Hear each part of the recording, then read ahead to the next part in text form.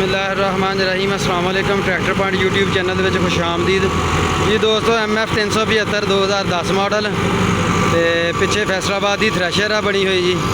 तो परफॉर्मेंस आप तुहानूं दिखाते हैं किहो जी, और ट्रैक्टर का RPM मीटर तुहानूं चैक करवाते हैं किन्ने ते चल रहा जी इस टाइम ट्रैक्टर का।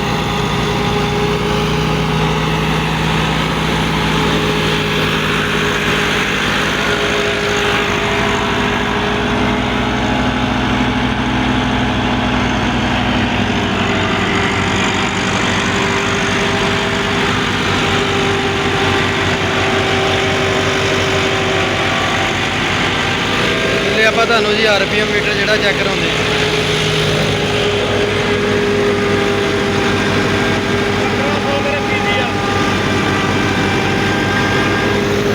1500 RPM ਤੇ ਚੱਲ ਰਿਹਾ ਜੀ ਇਸ ਟਾਈਮ ਟਰੈਕਟਰ।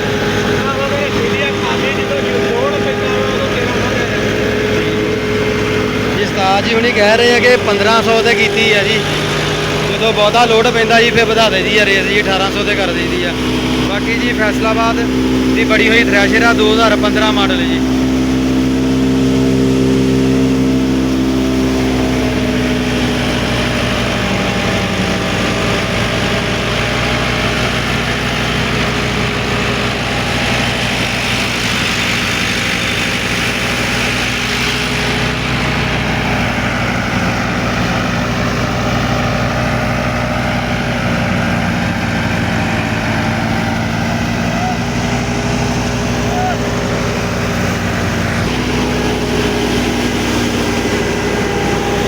400 चल थ्रैशर है जी।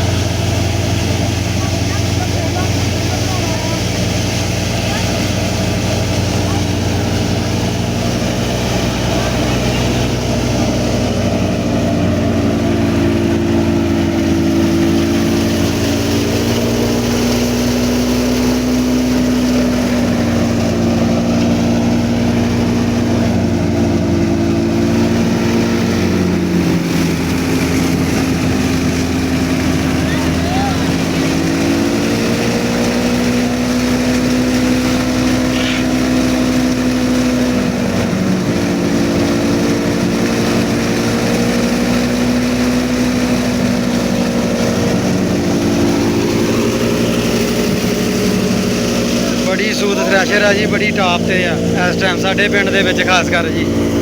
थ्रैशां ते बथेरियां नवीं आईयां जी माशाअल्लाह।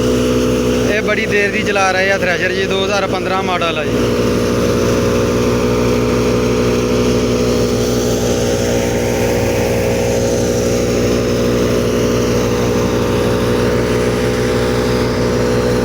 बाकी दाणियां की सफाई जी है कह ला कि बेहतरीन है इस थ्रैशर की।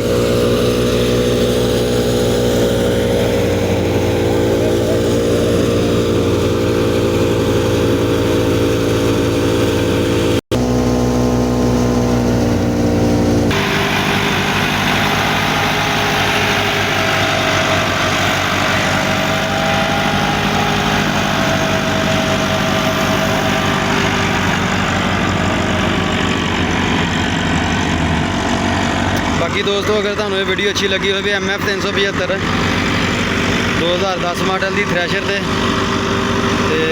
इस वीडियो में जी लाजमी लाइक शेयर जरूर करना, और जो दोस्त चैनल से नवे आने वाले जी वो लाजमी चैनल को सबसक्राइब करना। शुक्रिया, अल्लाह हाफिज़, thank you for watching tractor point.